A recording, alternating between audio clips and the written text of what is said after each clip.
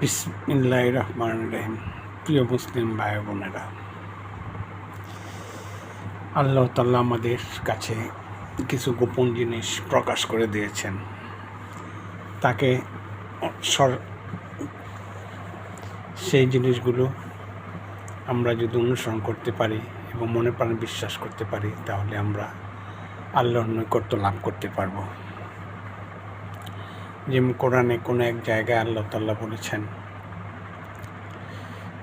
কেউ যদি আমার উপর বিশ্বাস রাখতে পারে, তাহলে আর তাকে আমার উপর বিশ্বাস স্থাপন করতে পারে এবং আমাকে অবলম্বন হিসাবে মনে করে, তাহলে আর কারো উপর নির্ভর করতে হবে না, আমি তার জন্য যথেষ্ট। এতে চিন্তা করেন, আপনাকে যদি বাংলাদেশের প্রধানমন্ত্রী কয় যে তুমি যদি আমার উপর নির্ভর করো, তাহলে আমি তোমার জন্য যথেষ্ট, তাহলে আপনি কি করবেন? বাংলাদেশের প্রধানমন্ত্রীর উপর বিশ্বাস রাখবেন, সে যেইভাবে করে সেইভাবে চলবেন।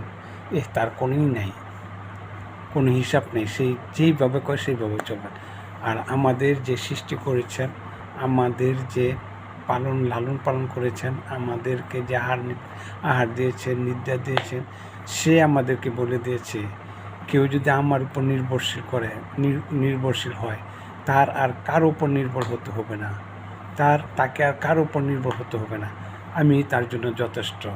অর্থাৎ আপনি যত ভালা মুসিবত, আপদ বিপদ, সুখ দুঃখ, যত কঠিন বিপদ আসুক, আপনি যদি আল্লাহকে নির্ভর করেন, আল্লাহর উপর ভরসা করেন, তাহলে এতেই আপনি মুক্তি।